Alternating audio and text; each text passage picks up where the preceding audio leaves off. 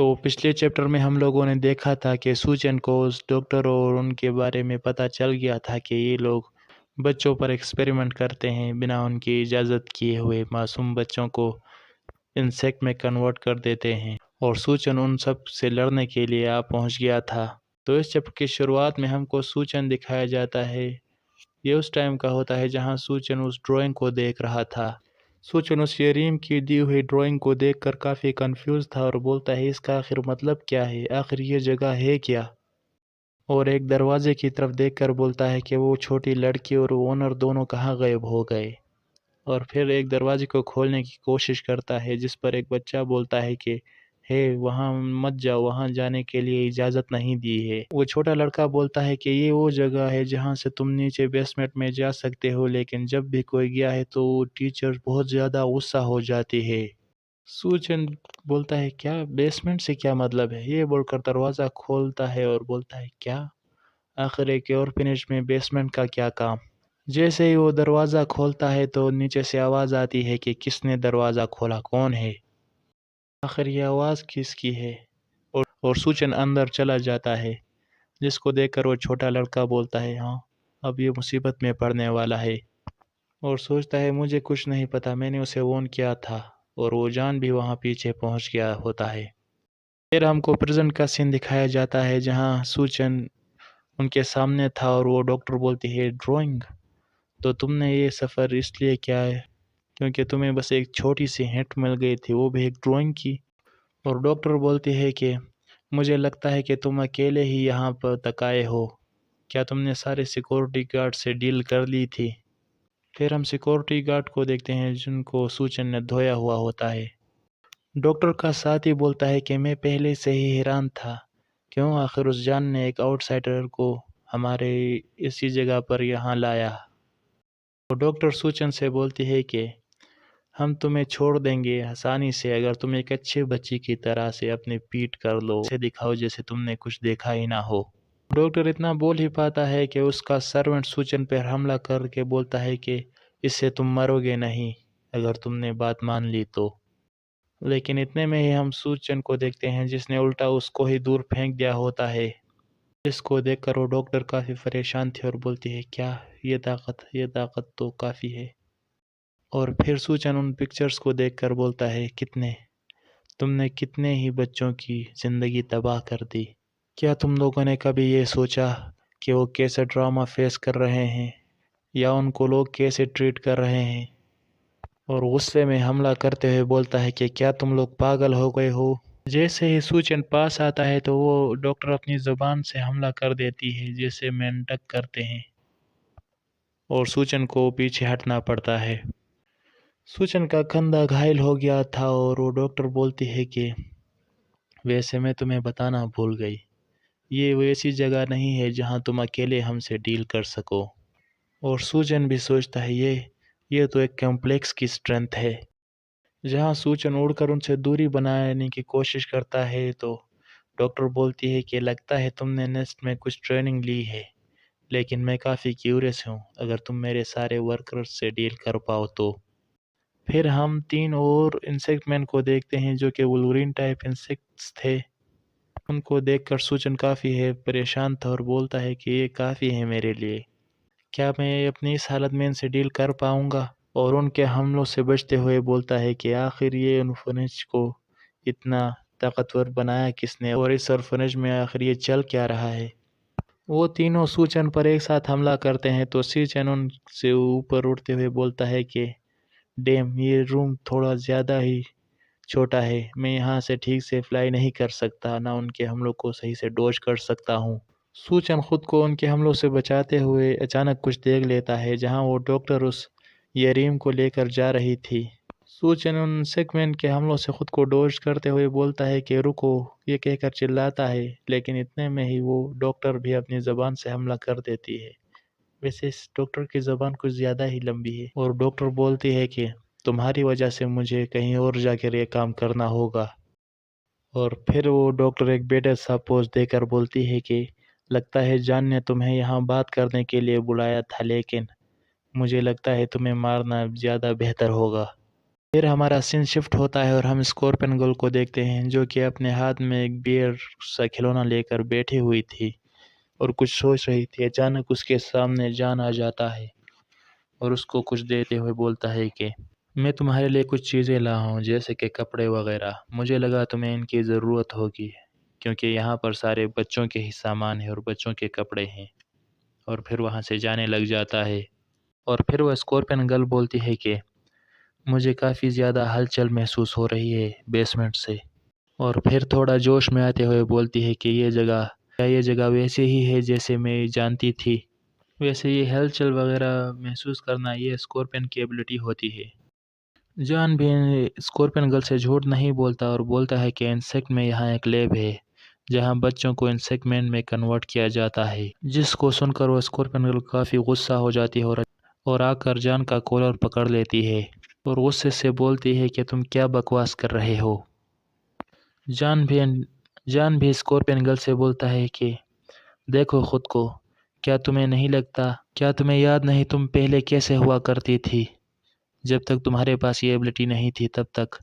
پھر سے ہم کو اسکورپین گرل کا پاس کا سین دکھایا جاتا ہے جہاں پر اس کا وہ ڈیڈ آ گیا تھا اور اسے واپس لے جانے کے لیے، جہاں اس کا باپ اس کو اس بوتل سے مارنے والا تھا۔ اتنے میں ہی ہم جان کو دیکھتے ہیں جو کہ سائڈ سے گزر رہا تھا اور وہ بھی چھوٹا تھا اس ٹائم، جہاں سے وہ کچھ آوازیں سنتا ہے اور بولتا ہے کہ تم اس وقت کافی کمزور تھی اور کافی نرم بھی۔ چھوٹا جان چھپ کر دیکھ رہا تھا اور ہمیں پریزنٹ جان کی وائس آتی ہے کہ میں بھی کافی کمزور تھا اس وقت، میں بس معافی مانگنے اور مدد مانگنے کے علاوہ کچھ نہیں کر سکتا تھا۔ اسکورپین گرل کا باپ اس کے بالوں سے پکڑ کر اس کو مار رہا تھا اور جان بھی یہ سب دیکھ رہا تھا اور بولتا ہے کہ میں چاہتا تھا کہ میں مدد کروں اور میں نے کوشش کی، میں اس ٹائم اتنا غصہ ہو گیا تھا کہ میں اسے مارنا چاہتا تھا لیکن میں چاہتا تھا کہ یہ تم خود کرو، یہاں تک کہ میں نے اس ٹائم تمہاری مدد بھی کی تھی لیکن اس سے کچھ نہیں بدلا اور تمہیں بس کیا چاہیے تھا، ایک تھوڑا سا چینج۔ اور پھر ہم اسکورپین گرل کو دیکھتے ہیں جہاں پر اس پر ایکسپیریمنٹ ہو رہا تھا، ایک اسکورپین کو پکڑا تھا ان ڈاکٹرز نے اور یہ جتنی وائس آ رہی تھی یہ پریزنٹ کی جان کی آ رہی تھی ہمیں۔ جان کی یہ سب باتیں سن کر اسکورپین گرل کافی شوق ہو گئی تھی، جس پر جان بولتا ہے کہ مجھے پتا ہے تمہیں یہ سب سن کر کافی صدمہ لگا ہوگا لیکن نتیجہ اچھا آیا تمہارے ایکسپیریمنٹ کا۔ اور پھر ہم پاس کا سین دیکھتے ہیں جہاں پر پھر سے اسکورپین گرل کا ڈیڈ اسے مارنے آ گیا تھا، جہاں پر اس کا باپ ہاتھ اٹھا کر بولتا ہے کہ تمہاری ہمت کیسے ہوئی مجھے اس طرح سے دیکھنے کی، لیکن اسکورپین گرل نے اس کا ہاتھ پکڑا ہوتا ہے اور جان بولتا ہے یہ تمہارے لیے کافی تھا اس سے ڈیل کرنے کے لیے، جہاں پر اسکورپین گرل نے اپنے ہی ڈیڈ کا ہاتھ پکڑ کر توڑ دیا تھا۔ ویسے یہ ڈیڈ کہنے کے لائق تو نہیں ہے لیکن پھر بھی ڈیڈ ہی بولیں گے ہم۔ اور جان مزید بولتا ہے کہ ایکسپیریمنٹ کے بعد تمہاری پرسنالٹی بہت زیادہ چینج ہو گئی تھی، پہلے تم ڈری ہوئی رہتی تھی ہمیشہ لیکن ایکسپیریمنٹ کے بعد ایسا نہیں تھا تمہارے ساتھ، تو آخر اس میں غلط کیا ہے؟ کمزور بچے جو طاقتور بنتے ہیں یہ تو اچھا ہی ہے نا۔ پھر ہمارا سین پریزنٹ میں شفٹ ہوتا ہے جہاں جان بولتا ہے کہ یہ سب ان بچوں کے لیے بھی ہے، ان کے پیرنٹس نے ان کو چھوڑ دیا اور ان کے پاس ایک بھائی بھی نہیں ہے، تو یہ سروائیو کیسے کریں گے بنا طاقت کے؟ یہ لوگ دنیا میں آگے جا کر اچھے سے جی پائیں گے؟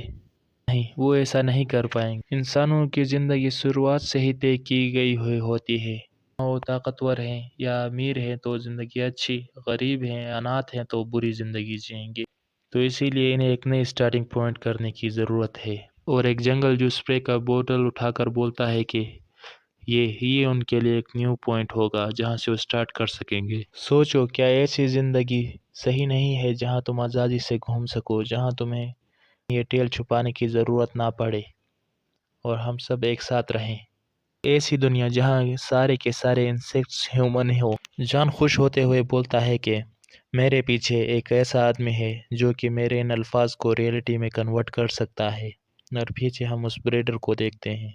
جان اسکورپین گرل کا ہاتھ پکڑ کر بولتا ہے کہ نیسٹ کے بارے میں اور وہاں کا ٹاپ اسٹوڈنٹ بننے کے بارے میں یا ولکری ایکسپیریمنٹ کے بارے میں، اگر تم نارمل ہیومن بن بھی گئے تو تم طاقتور کے دوارا یوز ہو جاؤ گے، طور تمہیں اپنا استعمال میں لائیں گے، اور اسکورپن گرل کو اپنے پاس لا کر بولتا ہے کہ ہمارے ساتھ آ جاؤ، ہم آنے والی دنیا میں کمزور نہیں ہوں گے۔ پھر ایک خطرناک سا پکچر دیکھتے ہیں جہاں پر جان بولتا ہے کہ تم میرے ساتھ رہو گی ہے نا، ہم دونوں دوست جو ہیں۔ اسکورپن گرل بولتی ہے اوکے، جیسے کہ ہم دوست ہیں، اور پھر اچانک زوردار اپنی ٹیل سے دے مارتی ہے اس جان پر۔ پھر ہم کو جان پیچھے اڑتا ہوا دکھایا جاتا ہے، اور وہ ڈاکٹر بھی اس لڑکی کو لے کر یہاں آ گیا تھا، لیکن اس کو کچھ سمجھ نہیں آتا۔ ڈاکٹر کافی گھبرایا ہوا تھا یہ دیکھ کر، اور ایک سائڈ میں چھپا ہوتا ہے۔ اسکورپن گرل بولتی ہے جیسے کہ ہم دوست ہیں تو میں صرف دیکھ نہیں سکتی، غلط راستے پر چلتے ہوئے۔ جان اٹھتا ہے خود کو سنبھالتے ہوئے، اور اسکورپن گرل ایکسائٹڈ ہوتے ہوئے بولتی ہے تو اسی لیے تمہیں تھوڑی مار کھانے کی ضرورت ہے، اور پھر بیڈز ہو کر بولتی ہے کہ میں صرف تمہیں اس وقت تک ماروں گی جب تک تم اس سے باہر نہیں نکلتے۔ پھر ہمارا سین شفٹ ہوتا ہے اور ہم سوچن کو دیکھتے ہیں۔ کلائی میں چوٹ لگ گئی تھی یا کلائی سے خون نکل رہا تھا شاید۔ سوچن کافی مشکل میں تھا اور بولتا ہے کہ یہ سارے میرا خون چوس رہے ہیں، کیا یہ مچھروں کی نسل کے ہیں؟ مطلب ان کا ڈی این اے مچھر کے ڈی این اے سے مکس ہوا ہے۔ پھر ہمیں ان کے بارے میں بتایا جاتا ہے کہ مسکوٹو ہیومنس کی ایبلٹی ایک ایسے مچھروں سے حاصل ہوئی ہے جو زیادہ تر بیچز اور جنگلوں میں رہتے ہیں۔ یہ ان کا سائز کافی بڑا ہوتا ہے، اور ان کی خطرناک بات یہ ہے کہ جب تک یہ 2 لیٹر خون کسی انسان سے نکال لیں تو یہ مر جاتا ہے، انسان مر جاتا ہے، اور یہ اس حالت میں زیادہ خطرناک ہو جاتا ہے جب 3-4 بار یہ کسی کو ڈنگ مار لے تو خون آٹومیٹکلی ہی نکلنا شروع ہو جاتا ہے، اور ان کی وجہ سے بہت ساری بیماریاں بھی پھیل جاتی ہیں۔ تو ڈاکٹر خود یہاں ہوتی ہے، اور جو لڑکی لے کر بھاگی تھی وہ اس کی میٹ تھی میرے خیال میں۔ وہ ڈاکٹر بولتی ہے سوچن سے کہ تمہیں اب ہار مان لینی چاہیے، تم اتنا اسٹرگل کیوں کر رہے ہو؟ وہ بچی بریڈر کی کافی قیمتی چیز ہے، تو اسے ہم تمہیں نہیں دے سکتے، اگر ہم نے ایسا کیا تو ہم مصیبت میں پھنس جائیں گے، اور بریڈر ہمیں چھوڑے گا نہیں۔ میرے ورکر اسے دوسرے لیب میں لے جائیں گے اور وہاں اسے سیل کر دیں گے۔ سوچن اس ڈاکٹر سے یاریم کی بات بولتا ہے جہاں اس نے بولا تھا کہ کیا تمہیں پتہ ہے ایک ڈریگن فلائی تقریباً دن میں 20 نقصان دہ بگس کو کھا جاتا ہے۔ اس بچی نے مجھ سے کہا تھا کہ اسے ڈریگن فلائی پسند ہے، ڈریگن فلائی کافی کول ہوتے ہیں جیسے کہ ہیرو ہوتے ہیں، اس نے ایسا کہا تھا مجھ سے۔ مجھے پتا تھا کہ ایک بچی ہے، لیکن جیسے ہی میں نے اس سے یہ باتیں سنی، وہ ڈاکٹر اور اس کے ساتھی کچھ دیکھ کر کافی حیران رہ جاتے ہیں۔ پھر ہم کو رائٹر بتاتا ہے کہ ایک قدرتی شکاری کو دیکھ کر شکار پر قدرتی ہی خوف آ جاتا ہے، ایسا اس لیے کیونکہ سامنے جب اس سے زیادہ طاقتور شکاری ہو تو۔ اور سوچن ایک زبردست سا اسٹینڈ لے کر بولتا ہے کہ اس لڑکی کی باتیں سن کر میرے پاس اب اور کوئی راستہ نہیں، تو مجھے ہیرو بننا ہی ہوگا اس کے لیے۔